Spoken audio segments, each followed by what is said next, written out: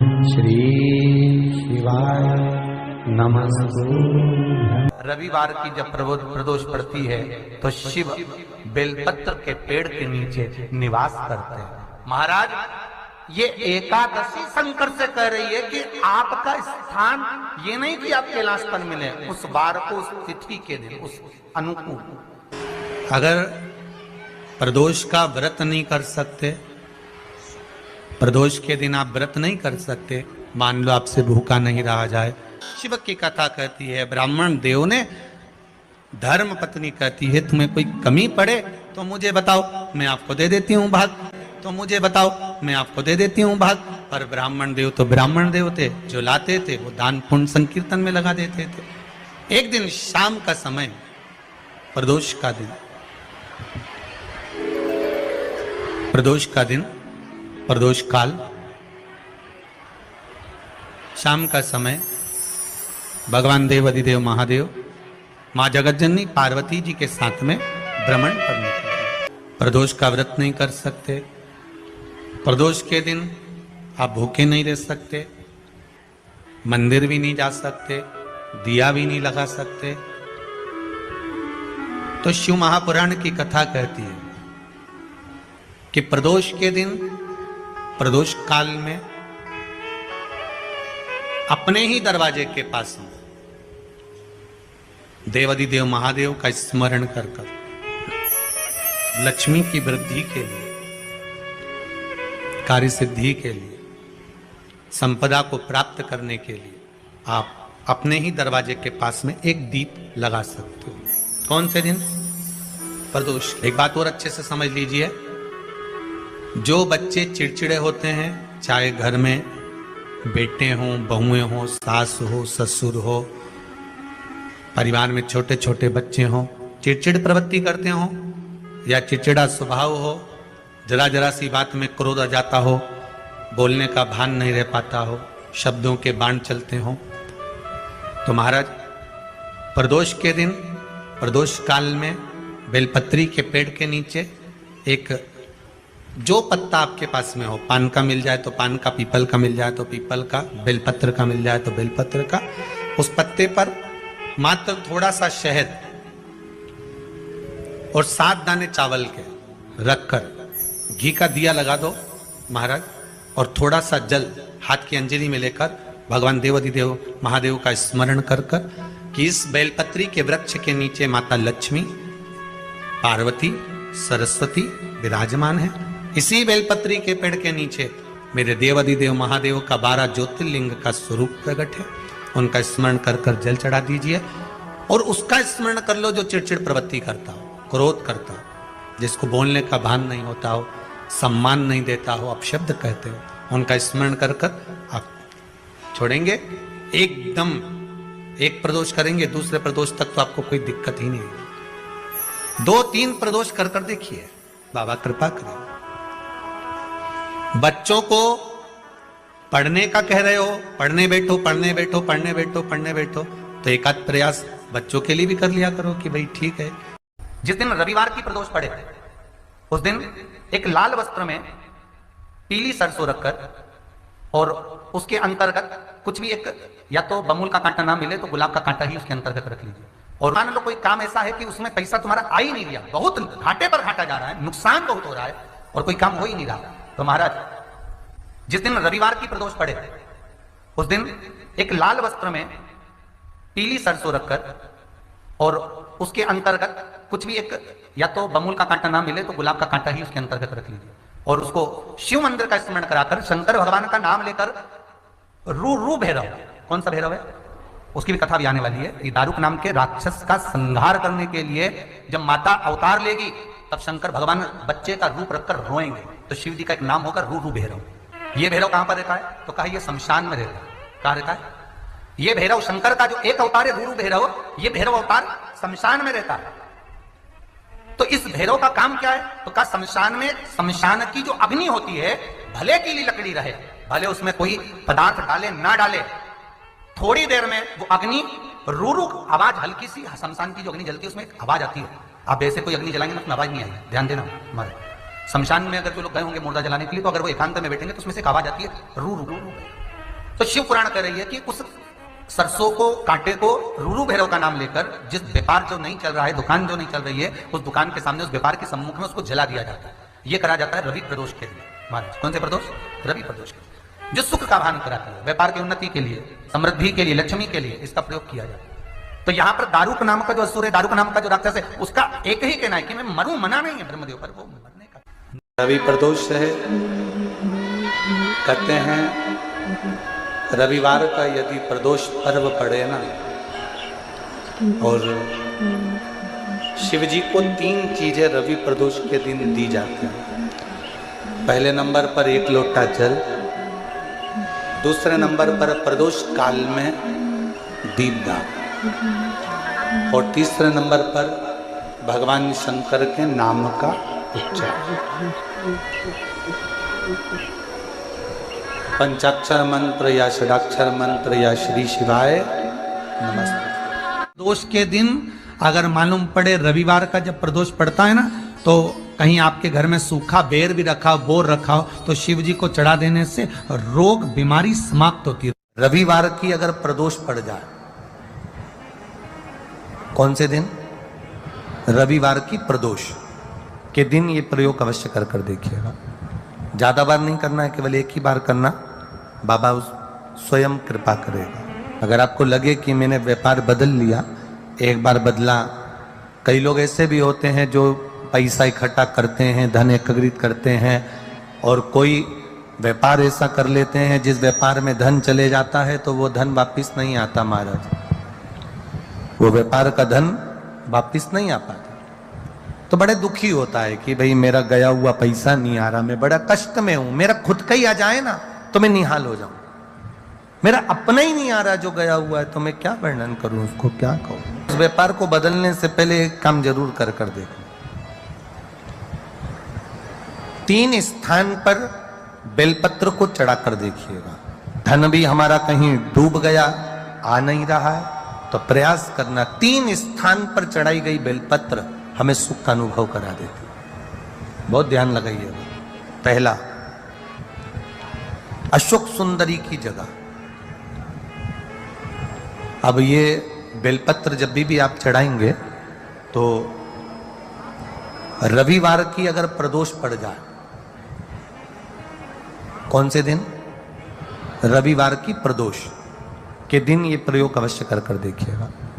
ज्यादा बार नहीं करना है, केवल एक ही बार करना, बाबा स्वयं कृपा करेगा।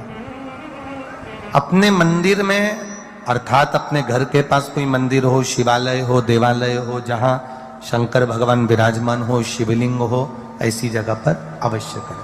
हमें कहीं दूर जाकर ये प्रयोग नहीं करना है, अपने शिवालय, अपने जो घर के आसपास में शिवालय हो वो। एक बेलपत्र अशोक सुंदरी वाली जगह। अब उसको अशोक सुंदरी की जगह पर भी चढ़ाने का तरीका क्या है? जब हम बेलपत्र चढ़ाएंगे तो उस बेलपत्र को चढ़ाते समय आपकी जो बेलपत्र की डंडी है, इस डंडी का भाग शिवलिंग की ओर होना चाहिए। ये जो डंडी है, इसका भाग अशोक सुंदरी पर जब चढ़ाएंगे तो शिवलिंग की ओर इसका भाग होगा महाराज। दूसरी, बेलपत्र को जब हम समर्पित करेंगे, जया, विषहरा, शामरीबारी, दौतली, देव, मान लो जलाधारी ऊपर नहीं है शंकर जी के, तो उसका स्मरण कर 5 कन्याओं का नाम लेकर जया, विषहरा, शामलीबारी, दौतली, देव, इनका स्मरण कर शंकर भगवान के शिवलिंग पर बेलपत्र रखेंगे। बेलपत्र कहां रखना है? आप अगर यहां बैठे हो तो आपके विपरीत में डंडी का मुख होना चाहिए। ये बेलपत्र की जो डंडी है, इसका मुख आपके विपरीत में हो। आप यहां बैठे हो तो डंडी उधर होगी, आप इधर बैठे हो तो डंडी का मुख इधर होगा, आप उधर बैठे हो तो डंडी का मुख इधर होगा। आपके ठीक विपरीत की ओर डंडी का मुख हो। ये 2 जगह बेलपत्र समर्पित करने के बाद तृतीय बेलपत्र शिवलिंग की जो जलाधारी है, जहां पर भगवान शंकर का शिवलिंग रखा है, वहां स्पर्श कराकर, केवल छुआना है, स्पर्श कराकर बेलपत्री के पेड़ के नीचे ही कोई कंकर हो, कोई शंकर हो, या कोई मिट्टी का ढेला हो, नी हो, तो वहीं मिट्टी को थोड़ी सी ऊंची कर एक बेलपत्र बैठकर इस बेलपत्री की डंडी जड़ की ओर, मतलब जो वृक्ष होता है उस ओर इस डंडी का मुख होना चाहिए। ये 3 रविवार के प्रदोष के दिन शंकर भगवान पर चढ़ाई गई बेलपत्र से हमारा गया हुआ धन भी पुनः आने का रहता है, और हमारा जो व्यापार बार बार बंद हो रहा है, शिव की कृपा से एक बार चालू तो चालू हो ही जाता है। प्रदोष का दिन, प्रदोष काल, शाम का समय, भगवान देव अधिदेव महादेव माँ जगतजननी पार्वती जी के साथ में भ्रमण पर निकले। देखिए, अगर प्रदोष का व्रत नहीं कर सकते, प्रदोष के दिन आप व्रत नहीं कर सकते, मान लो आपसे भूखा नहीं रहा जाए, प्रदोष का व्रत नहीं कर सकते, प्रदोष के दिन आप भूखे नहीं रह सकते, मंदिर भी नहीं जा सकते, दिया भी नहीं लगा सकते, तो शिव महापुराण की कथा कहती है कि प्रदोष के दिन, प्रदोष काल में अपने ही दरवाजे के पास देवाधिदेव महादेव का स्मरण कर कर लक्ष्मी की वृद्धि के लिए, कार्य सिद्धि के लिए, संपदा को प्राप्त करने के लिए आप अपने ही दरवाजे के पास में एक दीप लगा सकते हो। कौन से दिन? प्रदोष के।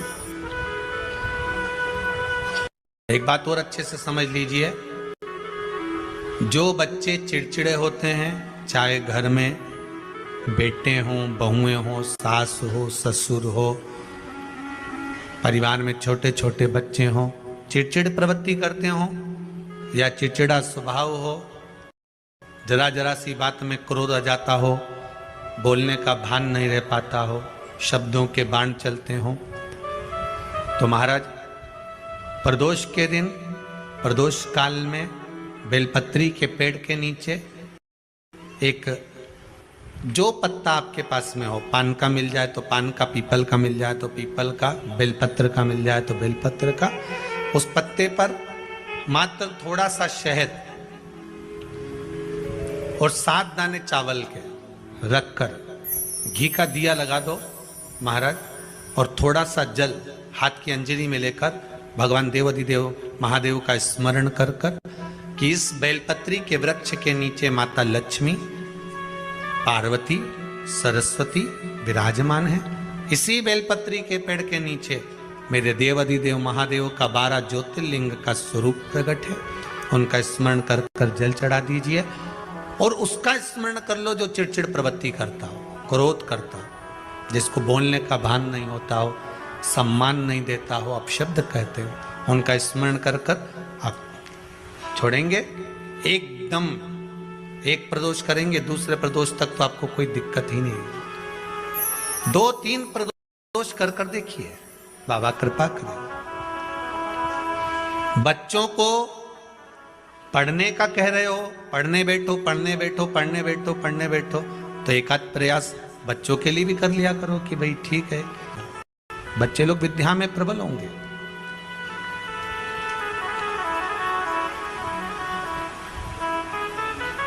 शिव उपासना का जो फल है वह 1000 गुना का लगे। कोई शंकर का विरल भक्त, शिव का उपासक, शंकर का गुणगान आनंदमय करने वाला, हम तो यहां तक मेरी जीजियों से कहेंगे, तुम्हारे घर के नजदीक में कोई शंकर का मंदिर होना, ओ मेरी बहनों, मेरी जीजियों, मेरे जीजाओं, मेरी बेटियों, बेटाओं, तुम्हारे नजदीक में अगर शंकर का मंदिर हो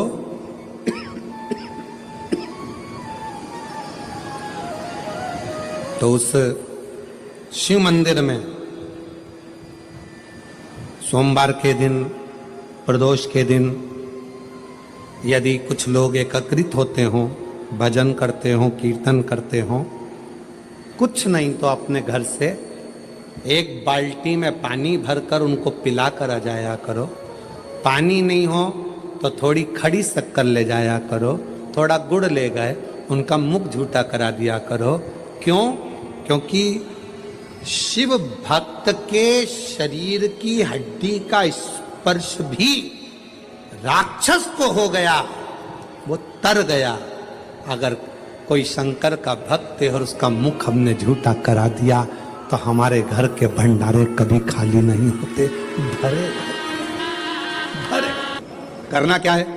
जब व्यक्ति को ऐसे गलत विचार आने लगे हैं पूजन के समय पर, अच्छी जगह पर, ये गलत गलत विचार, आप गलत कर नहीं रहे हो, आप मांसाहार नहीं कर रहे हो, आप किसी स्त्री को गलत नहीं देख रहे हो, आप किसी पुरुष को गलत नहीं देख रहे हो, आप किसी मदिरा की दुकान पर नहीं गए हो, पर आपकी विचार धारणा में अगर ये चीजें पूजन करते समय, भजन करते समय, अर्चना करते समय, मंदिर जाते समय, मंदिर में बैठते समय, मंदिर में उपवास करते समय तुम्हारी बुद्धि में अगर ये चीजें आ रही हैं, मन में अगर ये चीजें पाठ करते करते भी अगर आ रही हैं, तो समझ लेना कि आपके ऊपर कहीं ना कहीं किसी ना किसी रूप में कोई अन्न किसी के घर का ऐसा खा लिया है जिसके कारण तुम्हारी बुद्धि थोड़ी सी भ्रष्ट हुई है। उसको सुधारें कैसे, उसको संवारें कैसे? अब किसी ने यही प्रसंग को सुनकर कहा, गुरुजी अगर किसी के घर का अन्न खाया है तो अन्न खाने के बाद तो वो पच गया, पचने के बाद वो गंदगी में निकल भी गया, अब तो वो विचार आना बंद हो जाना चाहिए। अब तो 1 साल हो गया, 2 साल हो गया, 1.5 साल हो गया, 6 महीना हो गया, तो भी वही विचार आ रहा है। तो हमारा निवेदन है, भोजन करने के बाद भोजन पच जाता है, भोजन करने के बाद भोजन समाप्त भी हो जाता है, पर उस भोजन से जो रक्त की 4 बूंदें बनती हैं वो इस शरीर में दिन रात तुम्हारे मरते दम तक दौड़ती रहती है, शरीर में वो रक्त की बूंद चलती रहती है। इसलिए विचार 1 साल, 2 साल, 4 साल, 6 साल, 15 साल जैसे चलते रहते हैं। उस विचारों को, गलत सोच को, गलत विचारों को, गलत दृष्टि को समाप्त कैसे करें? मेरी जीजियों, मेरे जीजाओं, मेरी बेटियों, बेटाओं, मेरी माताओं, मेरे भाई, मेरे बांधव, अपने को भी अगर गलत विचार आते हो, पूजन के समय पर पाठ करते करते गलत जगह पर अपना मन जा रहा हो, तो 5 प्रदोष, एक कटोरी में 1 चम्मच घी गाय का, देसी गाय का 1 चम्मच घी, 1 चम्मच भी ना हो तो आधी चम्मच घी, आधी चम्मच भी अगर घर में ना हो तो 2 बूंद घी, 2 बूंद भी ना हो तो देसी गाय का 1 बूंद घी अपनी हथेली में मध्य में लगाकर, जो शंकर भगवान का, भगवान शिव जी का जो शिवलिंग होता है, उस शिवलिंग के ऊपर के भाग पर अपनी हथेली को रखकर, और जो अशोक सुंदरी वाली जगह है उस जगह पर अपनी हथेली का घर्षण करना चाहिए। लगभग 5 प्रदोष अगर आपने कर लिया तो निश्चित है आपकी बुद्धि में कभी गलत विचार पूजन करते समय आएगा ही नहीं, और गलत दृष्टि की ओर जाओ।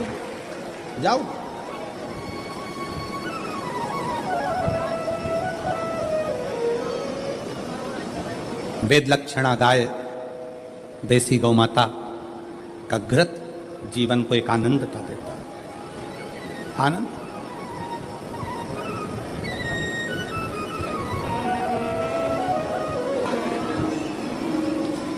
गौ माता का, देसी गाय का घृत, वेद लक्षणा गाय का 1 बूंद घृत हाथ की हथेली पर लगाकर शिवलिंग के ऊपर और अशोक सुंदरी की जगह पर घर्षण करने से जो गलत विचार, गलत सोच, गलत दृष्टि, गलत भाव ये समाप्त हो जाता है, समाप्त हो। शिव महापुराण की कथा कर रहे हैं। 3 स्थान का स्पर्श रोग का निवारण कर देता है। 3 जगह पर चढ़ाया गया अक्षत हमारे मन को एकाग्रित कर और हमें अपनी मंजिल तक पहुंचा देता है। और प्रदोष और शिवरात्रि के मिलन का महोत्सव हमारे जीवन को आनंदता देता है। प्रदोष का दिन, प्रदोष काल का समय, भगवान शंकर प्रदोष के दिन, प्रदोष काल में अपने भक्तों के घर पर नंदी के कान में जो बोल कर जाता है, शिवजी नंदी पर बैठकर उस भक्त के दरवाजे पर उसका कल्याण करने के लिए प्रदोष के दिन, प्रदोष काल में पहुंचते हैं। हर हर। प्रदोष के दिन, प्रदोष काल में देवाधिदेव महादेव उस शंकर के भक्त के घर जाते हैं जो भगवान नंदीश्वर के कान में कहकर जाता, नंदी के कान में जिसने कहा।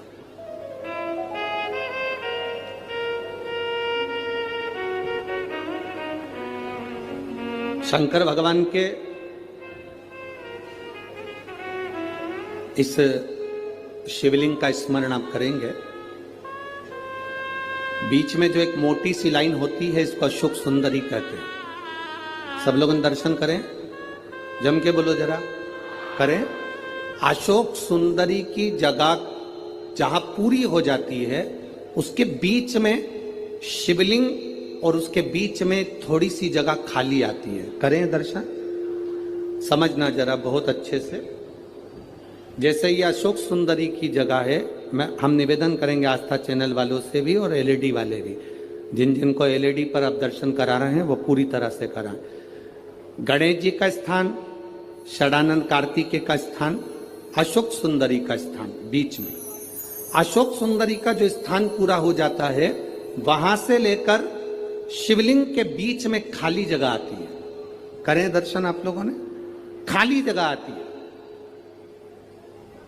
उस खाली स्थान की जो महत्वता है, ये जो अशोक सुंदरी से लेकर बीच में जो जगह है, ये भगवान शंकर की जो धर्म पत्नी है माता पार्वती, उनकी जो योगनियां है 64 योगनी, उनकी जो शक्ति पीठें हैं, उनकी जो सिद्धता है, उनकी जो सिद्धियां हैं, ये अशोक सुंदरी से शंकर के शिवलिंग के बीच में जो खाली जगह होती है, इस स्थान पर 64 योगनियां, देवियां, अष्ट सिद्धियां, नवनिधियां सब इस स्थान पर रहती है। इसलिए हमारे यहाँ शिव महापुराण की कथा कहती है, पूर्ण पूजन के बाद अगर कोई नारी, कोई पुरुष, कोई बच्चा, कोई बुजुर्ग अपने मन की बात का स्मरण इस जगह पर हाथ को रखकर, जैसे किसी के हृदय पर हाथ रखते हैं तो दिल धड़कता हुआ स्मरण होता है, उसी तरह यहाँ स्पर्श करेंगे और स्पर्श कर कर जब अपने मन की बात कहते हैं तो देवाधिदेव महादेव नंदी के साथ आकर प्रदोष के दिन कार्य की सिद्धता पूर्ण करते। उस स्थान की मूलता होती है, वो स्थान। समझ में आएगी ना जगह? अरे बोलो तो जम के। नहीं समझ में आई हो तो एक बार फिर वापिस समझ लीजिए, फिर समझो वापिस। स्थान देखिएगा, गणेश जी का स्थान, कार्तिकेय जी का स्थान, बीच में ये आ गई अशोक सुंदरी की मोटी सी लाइन। अशोक सुंदरी की लाइन जहां खत्म होती है, वहां से जो शिवलिंग रखा है, इसके बीच की जो जगह है, ये जो बीच में अशोक सुंदरी के स्थान से लेकर शिवलिंग के स्थान के बीच में जो खाली जगह है, ये 64 योगनियां, अष्ट सिद्धियां, नवनिधियां, सब कुछ मेरे देवाधिदेव महादेव ने माता पार्वती को अपने चित्तवृत्ति के साथ यहां अनुमति प्रदान कर रखी है। वहां का स्पर्श, वहां का मात्र स्पर्श और हमारे दिल की बात, शंभो शरणे पड़ी मांगू घड़ी रे, दुख काटो दया करी ने दर्शन। उस स्थान का स्पर्श हमें सुख देता, स्थान का स्पर्श।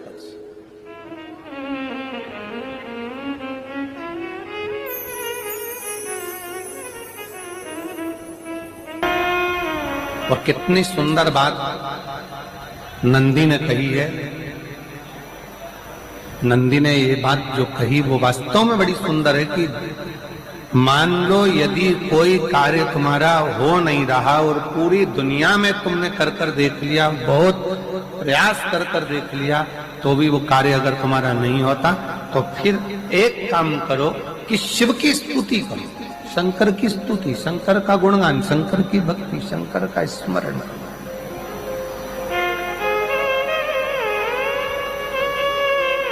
फिर शिव की स्तुति करिए, शंकर से विनय करिए, शंकर से निवेदन करिए, शंकर का गुणगान करिए।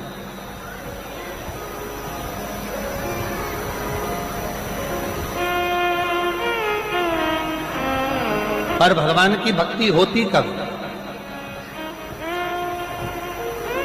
जितने आस्था चैनल पर कथा सुन रहे हैं, जितने फेसबुक यूट्यूब पर कथा सुन रहे हैं, जितने पंडाल में बैठकर शिव भक्त कथा को रसपान कर रहे हैं, उनसे निवेदन करूंगा कि शंकर की भक्ति होती कब है, शंकर का स्मरण कब होता है, शंकर की भक्ति कब होती है, शंकर की कथा सुनने में मन कब लग सकता है, जब अपने भीतर की अभिमत्ता, अपने भीतर का अहम, अपने भीतर का अहंकार, अपने भीतर की आसक्ति, अपने भीतर का काम, अपने भीतर की तृष्णा जब दूर हो जाए तो समझो कि आप शिव में मन लगा बैठे।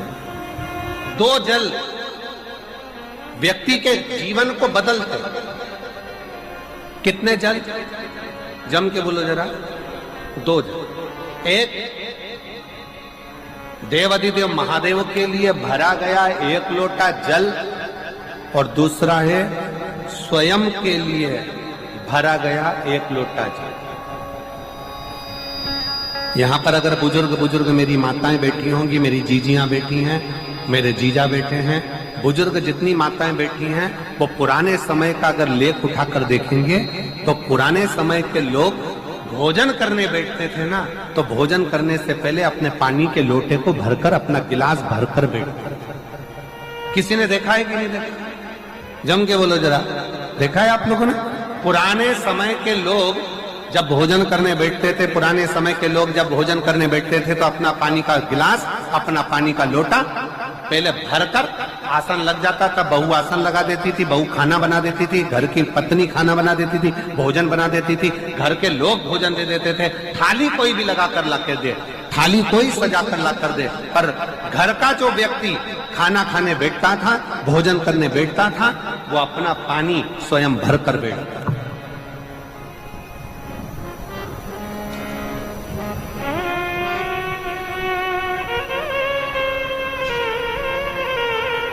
अब आज के जमाने में दुनिया के लोग कहते हैं मैं दुकान चला रहा हूं, दुनिया के लोग कहते हैं मैं घर चला रहा हूं, दुनिया के लोग कहते हैं मैं ये कर रहा हूं। तुम अपना खुद का पानी भरकर तो बैठ नहीं रहे और कह रहे हो कि घर चला रहा हूं। स्वयं का एक गिलास पानी व्यक्ति नहीं भर पा रहा। कितना सुंदर कहा है महाराज जी। बहुत सावधानी से सुनिएगा। दो जगह का जल व्यक्ति के जीवन को बदल देता है। एक शिव के लिए भरा गया जल और दूसरा स्वयं के लिए भरा गया जल। स्वयं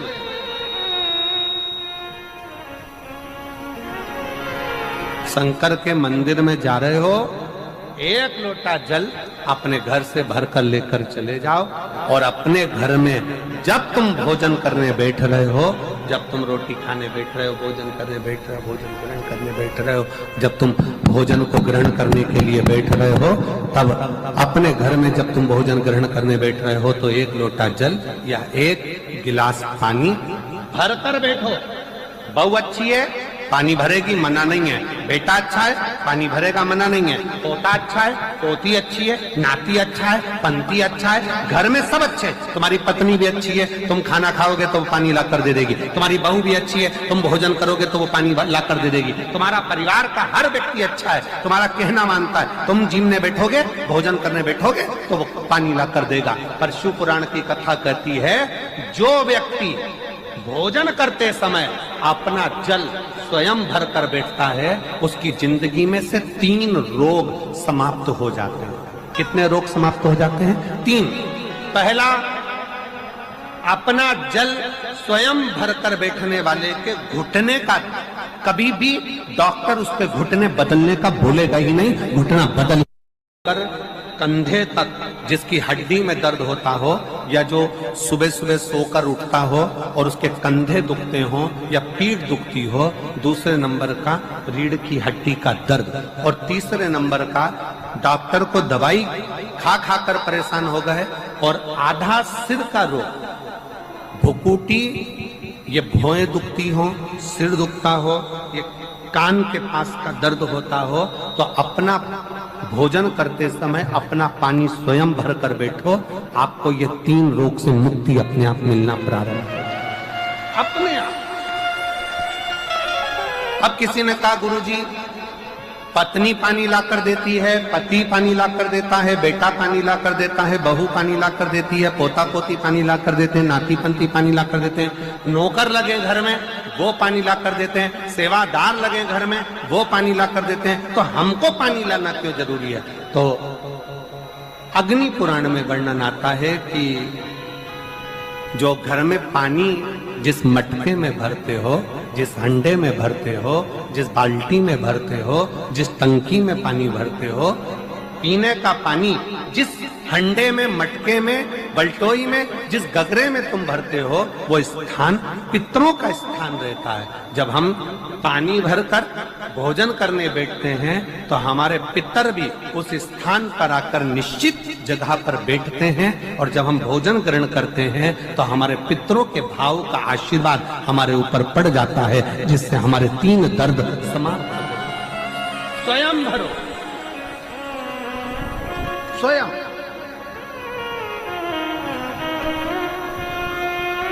अब आज का जमाना इतना विचित्र है कि नौकर चाकर, परिवार, घर इतना बड़ा हो गया।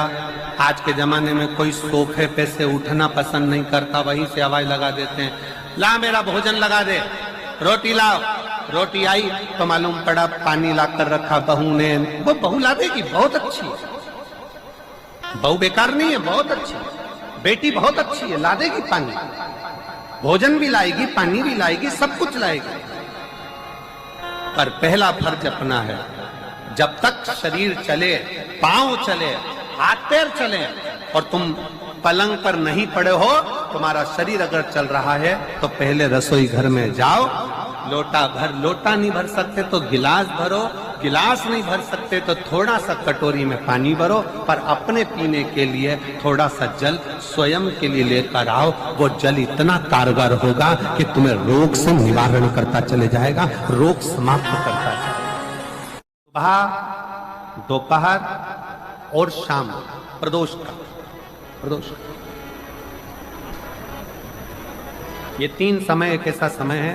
मान लो सुबह यदि आपको समय ना मिले भगवान शंकर का गुणगान करने के लिए, मान लो दोपहर का समय ना मिले शंकर भगवान का गुणगान करने के लिए, तो शिव पुराण कहती है जब सूर्य डूब रहा हो, प्रदोष काल का जब समय हो, तब उस शंकर का गुणगान करो तो सारी जिंदगी तुम्हें किसी के आगे हाथ नहीं फैलाना पड़ेगा।